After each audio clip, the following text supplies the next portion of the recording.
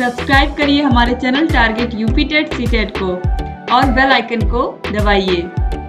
Hello दोस्तों, मैं आनंद स्वागत करता हूं आप सभी का आपके अपने चैनल और app target UP TET CTET में। दोस्तों, आज हम पढ़ने वाले हैं आपके डीएलएड थर्ड सेमेस्टर के कंप्यूटर विषय के पवन सीरीज के बहुत ही महत्वपूर्ण अति लघुत्तरीय प्रश्न। यह प्रश्न आपके अति लघुत्तरी में भी आ सकते हैं और बहुविकल्पी में भी आ सकते हैं। ठीक है, तो बहुत ही ध्यान से देखिएगा, यहाँ से क्वेश्चन आपको एग्जाम में मिलेंगे। ठीक है, तो देखिए यहाँ पे प्रश्न है, प्रौद्योगिकी शब्द की उत्पत्ति ग्रीस भाषा के किस शब्द से हुई है? तो प्रौद्योगिकी शब्द आपने कहाँ पे सुना है? आपने पढ़ा है आईसीटी, सूचना एवं संचार प्रौद्योगिकी, जिसे हम इंग्लिश में क्या बोलते हैं? Information and communication technology. तो हम लोग प्रौद्योगिकी को इंग्लिश में क्या बोलते हैं? प्रौद्योगिकी को इंग्लिश में हम लोग बोलते हैं टेक्नोलॉजी। ठीक है, टेक्नोलॉजी। अब यह शब्द टेक्नोलॉजी शब्द किस शब्द से आया है? ग्रीस भाषा के टेक्निकोस शब्द से आया है, टेक्निकोस। ठीक, तो यही टेक्निकोस शब्द से प्रौद्योगिकी शब्द की उत्पत्ति हुई है, टेक्नोलॉजी शब्द की उत्पत्ति हुई है। ठीक है, तो टेक्निकोस आप लोग याद रखिएगा। ठीक, अब इसके बाद अगला प्रश्न हम देखेंगे। अगला प्रश्न है प्रश्न संख्या 2। देखिए, विश्व में इंटरनेट की शुरुआत कब मानी जाती है? तो 1969 में विश्व में इंटरनेट की शुरुआत मानी जाती है। अगला प्रश्न है, इंटरनेट के मुख्य भाग कौन कौन से हैं? तो इंटरनेट में देखिए, टेलीफोन तार द्वारा भी इंटरनेट चलता है, मॉडेम के द्वारा भी, और नेटवर्क जो टावर्स होते हैं उसके द्वारा भी, उपग्रह संचार के द्वारा भी चलता है, और केबल नेटवर्क आजकल फाइबर के द्वारा चलता है। तो इंटरनेट के मुख्य भाग इस तरीके से आप याद रखिएगा, टेलीफोन है, मॉडेम है, नेटवर्क है, उपग्रह संचार है, और केबल नेटवर्क है। ठीक, इसके बाद अगला प्रश्न देखिए, इंटरनेट की प्रमुख सेवाएं कौन कौन सी हैं? तो इंटरनेट में ईमेल आप कर सकते हैं और इंटरनेट रिले चैट कर सकते हैं। चैट आप सभी समझ ही रहे हैं, और टेलनेट का प्रयोग कर सकते हैं। ठीक, अब इसके बाद अगला प्रश्न देखिए, इंटरनेट की एक मुख्य विशेषता क्या है? तो इंटरनेट की सहायता से मानवीय संचार व्यवस्था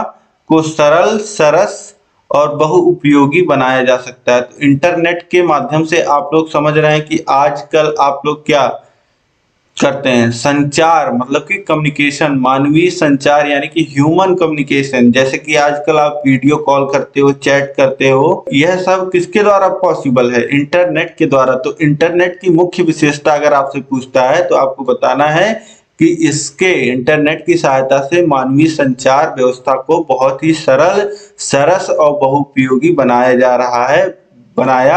जा सकता है। जैसा कि आप देख रहे हैं, इंटरनेट के माध्यम से ही आज आप पढ़ाई कर पा रहे हो। ठीक है, और लाइव आप जुड़ सकते हो। तो सारी चीजें हो रही हैं किसके माध्यम से? इंटरनेट के माध्यम से। तो एक मुख्य विशेषता तो आप लिख ही लोगे। इसके बाद देखिए, इंटरनेट के एक कार्य बताइए। इंटरनेट का एक कार्य क्या है? विश्व के समस्त कार्य क्षेत्रों से जुड़ी जानकारी को उपयोगकर्ता की खोज पर त्वरित प्राप्त कराना। अब इंटरनेट के कार्य क्या है? इंटरनेट की विशेषता आपने देख ली, कार्य क्या है? इंटरनेट तुरंत ही, जैसे ही आप कुछ खोजते हो, सर्च करते हो, तो तुरंत ही उस जो आपने सर्च किया है उससे जुड़ी जानकारी आपको तुरंत ही इंटरनेट प्राप्त कराता है। तो विश्व के समस्त कार्य क्षेत्रों से जुड़ी जानकारी को उपयोगकर्ता, मतलब कि जो सर्च कर रहा है, उसको तुरंत ही वह प्राप्त कराता है। ठीक, इंटरनेट। अब इसके बाद देखिए, ईमेल क्या है? ईमेल इलेक्ट्रॉनिक मेल का संक्षिप्त रूप है। इलेक्ट्रॉनिक मेल को हम लोग क्या कहते हैं?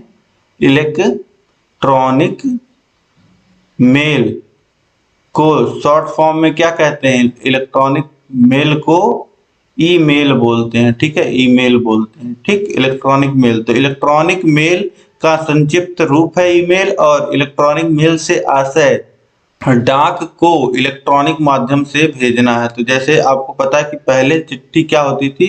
चिट्ठी पोस्ट होती थी। चिट्ठी एक जगह से आप पोस्ट करते थे, और जो भी समय लगता था उसके बाद चिट्ठी थी वह पहुंचती थी। लेकिन अब क्या है? अब ईमेल है। जैसे ही आपने यहाँ पे लिख के भेजा, तुरंत ही ईमेल इंटरनेट के माध्यम से प्राप्त कर सकता है जिसको आप भेज रहे हैं। ठीक, अब इसके बाद देखिए, अगला प्रश्न है, एफटीपी का दूसरा नाम है। एफटीपी का दूसरा नाम या फुल फॉर्म आप कह सकते हैं तो फाइल ट्रांसफर प्रोटोकॉल है, FTP। F से फाइल, T से ट्रांसफर और P से प्रोटोकॉल। अब इसका अगला प्रश्न है इंटरनेट रिले चैट क्या है? तो इस सुविधा के माध्यम से एक व्यक्ति एक ही समय में हजारों लोगों से कंप्यूटर के द्वारा संचार कम्युनिकेशन कर सकता है। तो इंटरनेट रिले चैट, चैट शब्द जहां भी आएगा आप रिलेट कर जाओगे। चैट मतलब क्या होता है? बातचीत करना किसी से। और रिले चैट में क्या होता है? कितने भी लोगों से आप जुड़ करके बातचीत कर सकते हो। तो इस सुविधा के माध्यम से एक व्यक्ति एक ही समय पे हजारों लोगों से कंप्यूटर के द्वारा संचार कर सकता है। अब इसके बाद अगला प्रश्न देखिए, शैक्षिक संस्थान संबंधी किन्हीं दो वेबसाइटों का नाम लिखिए। तो पहला वेबसाइट हो गया www.dbrau.ac.in। तो यह किस संस्थान की वेबसाइट है? यह है डॉक्टर भीमराव अंबेडकर यूनिवर्सिटी का वेबसाइट है। ये आगरा में यह यूनिवर्सिटी है। यह आपको पता है कि यह एक राज्य स्तरीय यूनिवर्सिटी है, ठीक है। तो आपको याद रहेगा डॉक्टर भीमराव अंबेडकर यूनिवर्सिटी का वेबसाइट। ठीक इसी प्रकार से आप याद रखेंगे www.ncert आप लिखिएगा, www.ncert यह लिखिएगा, ठीक। तो ncert.com। अब इसके बाद देखिए अगला है विकिपीडिया क्या है? तो यह शिक्षा जगत से जुड़ी हुई एक ज्ञानवर्धक वेबसाइट है। विकिपीडिया की सहायता से वेब पृष्ठों को किसी भी प्रविष्ट जानकारी से जोड़ा जा सकता है। तो विकिपीडिया आप दोस्तों आपको पता ही है कि किसी भी व्यक्ति से या किसी भी जगह से जुड़ी हुई जानकारी आप जब भी वेबसाइट पे सर्च करते हो, मतलब गूगल करते हो, तो आपको सबसे पहले क्या रिजल्ट दिखता है? विकिपीडिया का रिजल्ट दिखता है, ठीक है। तो विकिपीडिया एक ऐसी वेबसाइट है जहां पे आपको सही और सटीक जानकारी मिलती है। तो यह शिक्षा जगत से जुड़ी हुई एक ज्ञानवर्धक वेबसाइट है। विकिपीडिया की सहायता से वेब पृष्ठों को किसी भी प्रविष्ट जानकारी से जोड़ा जा सकता है। अब इसके बाद अगला प्रश्न देखिए, मुक्त शैक्षिक डिजिटल संस्थान का नामोल्लेख कीजिए। तो मुक्त डिजिटल शैक्षिक संस्थान क्या होते हैं? ई बुक्स होते हैं और वेब पोर्टल्स होते हैं, ठीक। अब इसके बाद अगला देखिए, ई बुक क्या है? तो जैसे आपका किताब है, आप किताब क्या करते हैं? प्रिंटेड फॉर्म में पढ़ते हैं, उसमें पेजेस होते हैं। वैसे ही ई बुक में क्या होता है? ई बुक यानी कि इलेक्ट्रॉनिक बुक, मतलब किसी भी इलेक्ट्रॉनिक डिवाइस में आप इस किताब को पढ़ पाओगे, ठीक। तो यह PDF फॉर्मेट रहेगा या किसी भी फॉर्मेट में रहेगा और आप इसे इलेक्ट्रॉनिक डिवाइसेस पे पढ़ पाओगे। यही होता है ई बुक। तो वह पुस्तकें जो विभिन्न विषयों से संबंधित होती हैं तथा पुस्तक प्राप्ति की वेबसाइट पर हमेशा हर समय उपलब्ध होती हैं, ठीक।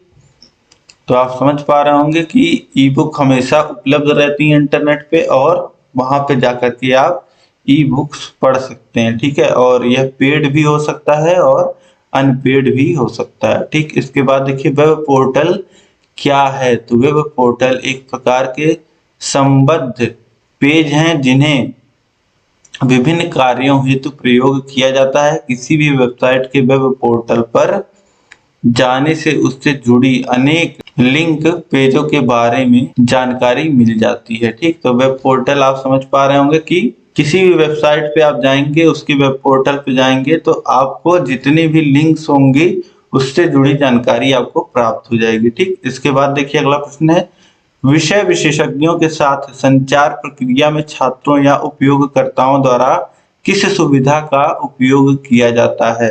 तो अभी आपको मैंने बताया था कि विभिन्न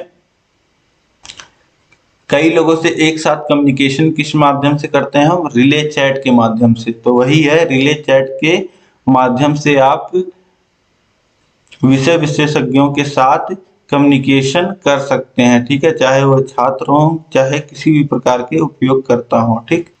अब इसके बाद अगला प्रश्न है, CD क्या है? तो यह प्लास्टिक से निर्मित एक छोटी सी गोल डिस्क होती है जिस पर एल्यूमिनियम जैसे उच्च परावर्ती पदार्थ की एक परत चढ़ी होती है। अब CD, DVD यह सब आपने देखा ही है ठीक है। और डीवीडी का यहाँ पे देखिए फुल फॉर्म भी पूछ रहा है, तो डीवीडी का फुल फॉर्म क्या होता है? Digital versatile disc. ठीक, तो सीडी, पहले सीडी आती थी फिर डीवीडी आया। आपको पता है कि सीडी में थोड़ा कम मेमोरी होता था, डीवीडी में ज्यादा मेमोरी होता था। ठीक है, तो सीडी कई पार्ट में आप देखते थे कि एक मूवी की कई सारी सीडियां होती थी, दो दो सीडियां। और डीवीडी में क्या होता था? 3 से 4 मूवीज आ जाती थी। ठीक है, तो सीडी का अपडेटेड फॉर्म क्या था? डीवीडी था। और सीडी आपने देखा ही है कि प्लास्टिक द्वारा निर्मित एक डिस्क होती है और उस पे आप देखते थे कि बहुत चमकती थी वो। ठीक है, तो वह क्या होता था? वह होता था एल्यूमिनियम, एल्यूमिनियम होता था। और यह क्या उच्च परावर्तित पदार्थ होता है, इसकी परत चढ़ी होती थी। ठीक है, तो आप देखते थे कि उसको अगर रोशनी में हम लोग लेते थे हाथ में तो वो बहुत चमकता था। और जैसे शीशा होता है कि उसका आपको एक जगह पे बिंब दिखाई देता है, उसी प्रकार से डीवीडी का भी दिखाई देता था। ठीक है, डीवीडी का या सीडी का। ठीक, तो डीवीडी का फुल फॉर्म आपको पता ही चल गया, डिजिटल वर्सेटाइल डिस्क। अब इसके बाद देखिए अगला है, सीडी तथा डीवीडी किस प्रकार कार्य करती हैं?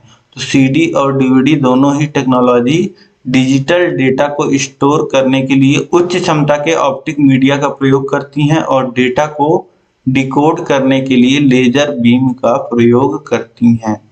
तो सीडी हो या डीवीडी हो, दोनों ही क्या करती हैं? डिजिटल डेटा स्टोर करने का काम करती हैं। और अब सीडी और डीवीडी जो जो दोनों टेक्नोलॉजी थी, वह जब डेटा स्टोर करती थी तो वह क्या यूज करती थी? वह ऑप्टिक मीडिया का प्रयोग करती थी। डाटा को स्टोर करने के लिए ऑप्टिक मीडिया का प्रयोग करती थी और डिकोड करने के लिए, मतलब डेटा को रीड करने के लिए लेजर बीम का प्रयोग करती थी। आपने कभी डीवीडी प्लेयर होता था, उसको अगर आपने देखा हो तो जहां पे आप सीडी लगाते थे, आपने कभी खोल के देखा हो तो उस पे ऊपर क्या लगता था? ऊपर एक लेंस लगा होता था और लेंस से लेजर बीम निकलती थी जिससे डेटा डिकोड होता था। ठीक, इसके बाद अगला देखिए, यूट्यूब क्या है?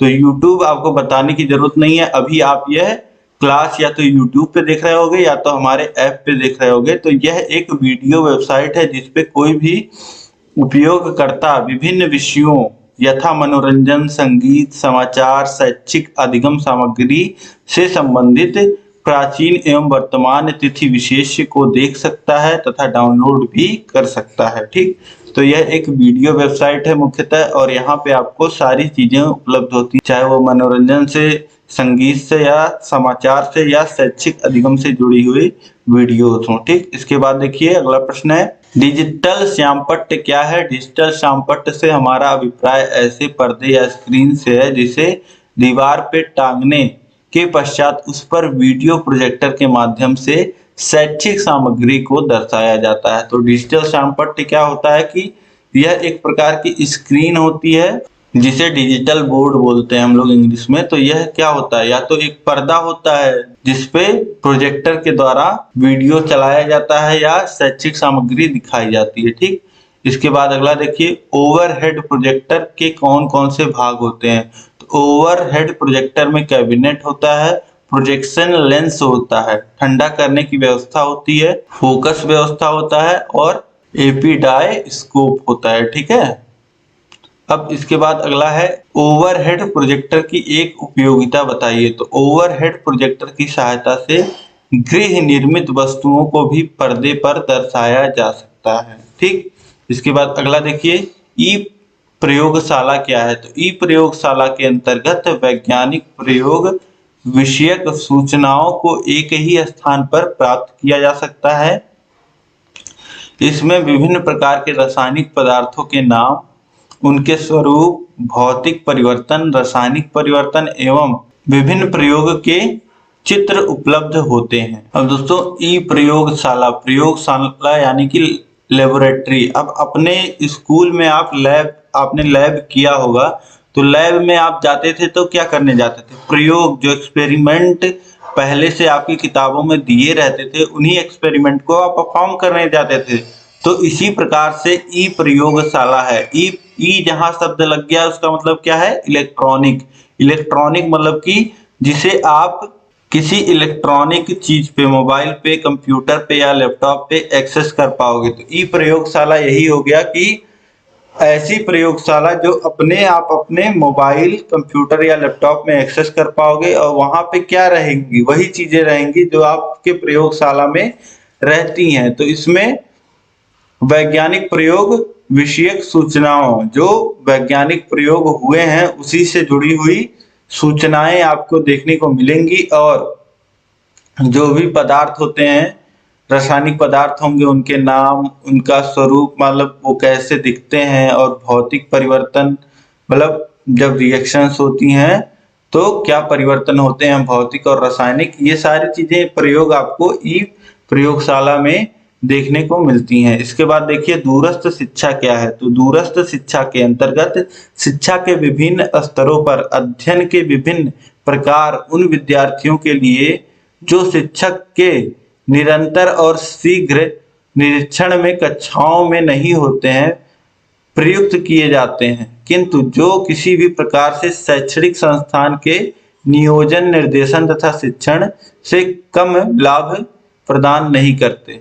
अब देखिए दूरस्थ शिक्षा, दूरस्थ मतलब दूर स्थित शिक्षा, यानी कि जो शिक्षा ग्रहण कर रहा है और शिक्षा में थोड़ी दूरी है। अब दूरी किस प्रकार से होती है, मतलब कि स्थान की दूरी होती है, ठीक है। अब यहाँ पे जैसा कि लिखा गया है, दूरस्थ शिक्षा के अंतर्गत शिक्षा के विभिन्न स्तरों पर अध्ययन के विभिन्न प्रकार उन विद्यार्थियों के लिए जो शिक्षक के निरंतर तथा शीघ्र निरीक्षण में कक्षाओं में नहीं होते हैं प्रयुक्त किए जाते हैं, किंतु जो किसी भी प्रकार से शैक्षणिक संस्थाओं के नियोजन, निर्देशन तथा शिक्षण से कम लाभ प्रदान नहीं करते। तो यहाँ पे कहने का मतलब क्या है कि ऐसे विद्यार्थियों के लिए यह शिक्षा है जो शिक्षकों के निरंतर और शीघ्र निरीक्षण में नहीं होते हैं, लेकिन उन्हें किसी भी प्रकार से जो शैक्षणिक संस्थाएं हैं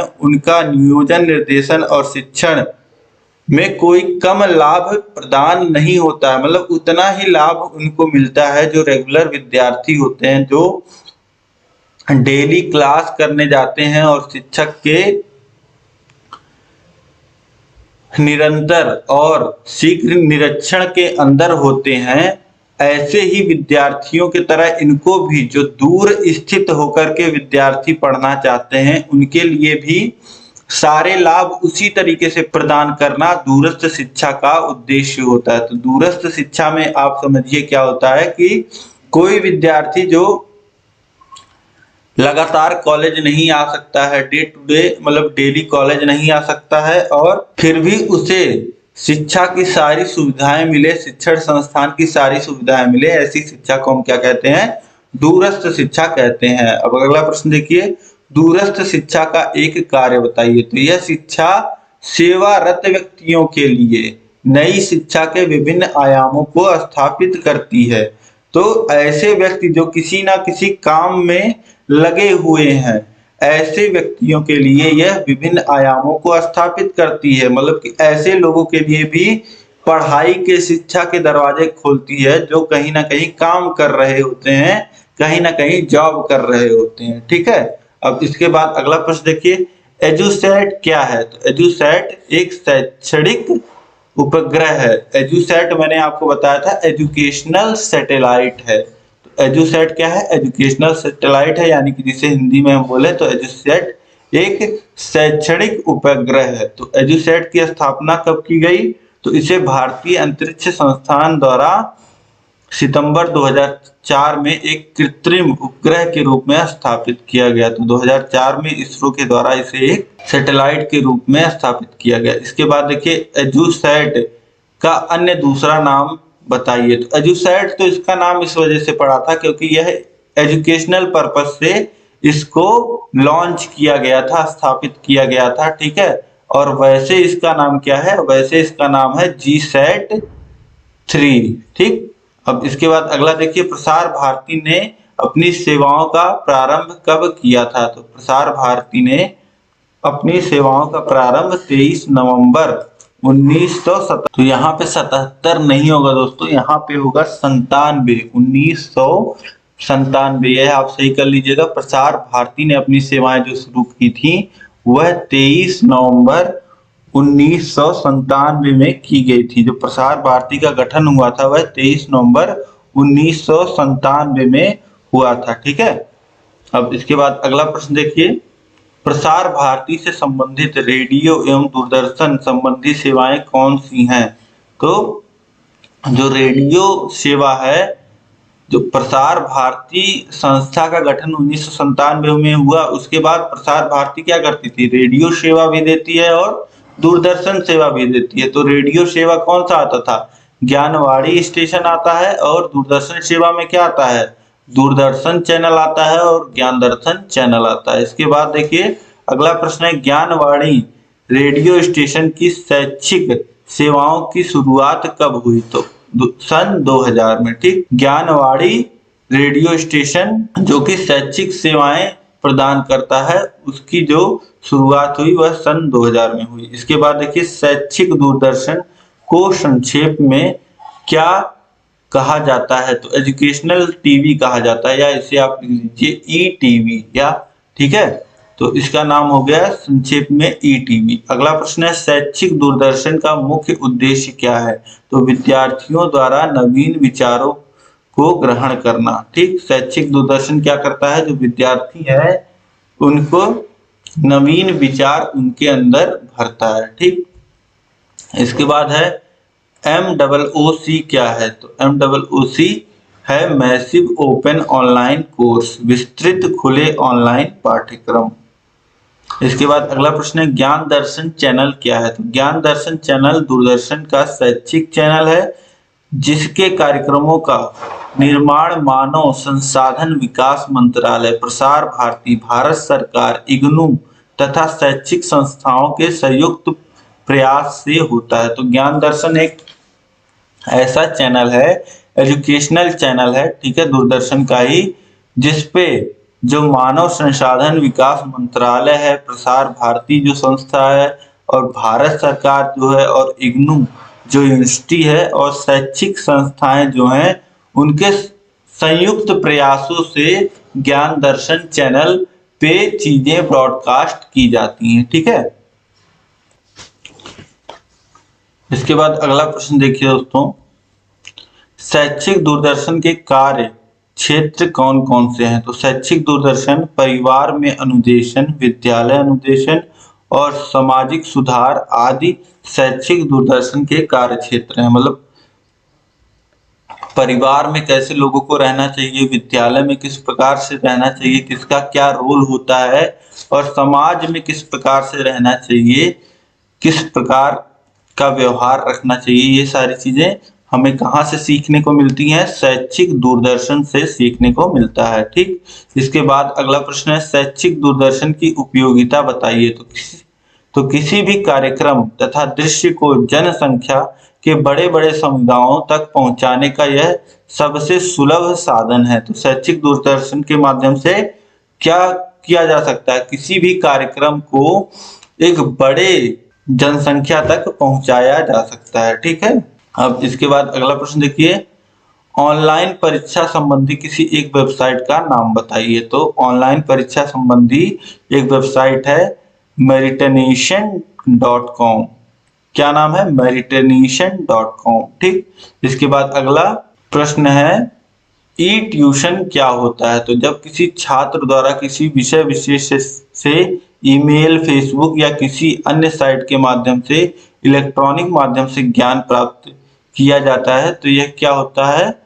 ई ट्यूशन कहलाता है। यह प्रक्रिया क्या कहलाती है? ई ट्यूशन कहलाता है। अब जैसे ई ट्यूशन यानी कि इलेक्ट्रॉनिक ट्यूशन, एक ट्यूशन तो होता है आपका जो टीचर आपको घर पे पढ़ाते हैं आकर के, ठीक, और इसी के आगे अगर ई लग गया मतलब इलेक्ट्रॉनिक, मतलब कि किसी इलेक्ट्रॉनिक डिवाइस से, या तो कंप्यूटर की मदद से या मोबाइल की मदद से, आपको इंटरनेट की मदद से जब टीचर गाइड करते हैं, पढ़ाते हैं, आप कहीं से ज्ञान प्राप्त करते हैं, ठीक है, तो इसे क्या कहते हैं? ई ट्यूशन कहते हैं। ठीक। अगला प्रश्न है, रोजगार संबंधी वेब पोर्टल कौन कौन से हैं? तो रोजगार संबंधी वेब पोर्टल है freshersworld.com। freshersworld.com जब कोई आदमी जैसे स्टूडेंट लाइफ से तुरंत नौकरी लेने जाता है तो उसे क्या बोलते हैं, फ्रेशर बोलते हैं। ठीक है, तो आप लोग जो अभी पढ़ करके आप नौकरी कहीं मांगने जाओगे तो फ्रेशर बोले जाओगे। ठीक, मतलब एक्सपीरियंस आपको नहीं है। तो freshers.com यह एक वेबसाइट है नौकरी के लिए, रोजगार के लिए। एक नौकरी.com सीधे सीधे नौकरी.com है, और एक है monster.com। ठीक, इस प्रकार से रोजगार संबंधी वेब पोर्टल्स का नाम आप लिख लोगे। ठीक, तो इस पार्ट में दोस्तों हम लोग इतना ही रखते हैं। इस वीडियो को आप लाइक कर दीजिए, अपने दोस्तों में अधिक से अधिक शेयर कर दीजिए। अपने 5 सबसे खास मित्रों को आप इस वीडियो को शेयर करिए, ताकि आसानी से जो कंप्यूटर विषय है सभी लोग पढ़ पाएं और अच्छा स्कोर कर पाएं। यहाँ पे मैं बहुत ही सरल लैंग्वेज में आपको चीजें समझा दे रहा हूँ। आप लिख के जरूर आओगे परीक्षा में, यह मेरी गारंटी है। कोई भी क्वेश्चन आ जाए आप अपने लैंग्वेज में लिख करके आओगे ही आओगे। ठीक है, तो अभी तक अगर आपने चैनल को सब्सक्राइब नहीं किया है तो चैनल को आप सब्सक्राइब कर लीजिए, और उसके बगल बेल आइकन होगा उस पर प्रेस कर लीजिए। बेल आइकन पे आप क्लिक करोगे तो ऑल का आपको निशान मिल जाएगा, ऑल आप सेलेक्ट कर लीजिएगा। ठीक है, अब इसके बाद दोस्तों अगले पार्ट में हम बाकी बचे हुए क्वेश्चंस को करेंगे, और आपको इसी प्रकार से अगर बहुत ही अच्छे ढंग से सभी क्लासेस लेनी है, सभी सब्जेक्ट्स के नोट्स चाहिए, सभी सब्जेक्ट्स के नोट्स के पीडीएफ आपको चाहिए, सभी सीरीज का पीडीएफ चाहिए, तो आप क्या कर सकते हैं, आप हमारे ऐप पे जाकर के 3rd सेमेस्टर कोर्स को परचेज कर सकते हैं। ठीक है, 3rd semester DElEd 3rd semester का कोर्स आपको हमारे ऐप पे मिल जाएगा। ऐप का लिंक आपको डिस्क्रिप्शन बॉक्स में मिल जाएगा, वहां से आप ऐप को डाउनलोड कर लीजिए, या सीधे प्ले स्टोर पे चले जाइए, वहां पे आप target UP TET CTET search करिएगा, आपको हमारा ऐप देखने को मिल जाएगा, उसे डाउनलोड कर लीजिए। और सभी विषय वहां पे आपको इसी प्रकार से मैराथन क्लासेस मिल जाएंगी, हर एक चैप्टर के बाद उसका टेस्ट मिल जाएगा, सभी सब्जेक्ट के इंपॉर्टेंट वीडियोस आपको मिल जाएंगे, सीरीज का पीडीएफ, हैंड रिटन नोट्स का पीडीएफ, और सारी सुविधाएं आपको वहां पे मिल जाएंगी। बिना किसी डिस्टरबेंस के आप पढ़ाई कर पाओगे। तो आप हमारे ऐप को जरूर डाउनलोड करिए। ठीक है, और वहां पे अपने पढ़ाई को और बेहतर बनाइए, अपनी तैयारी को और बेहतर बनाइए। ठीक है, तो इस वीडियो में अंत तक बने रहने के लिए आप सभी लोग का बहुत बहुत धन्यवाद। जय हिंद।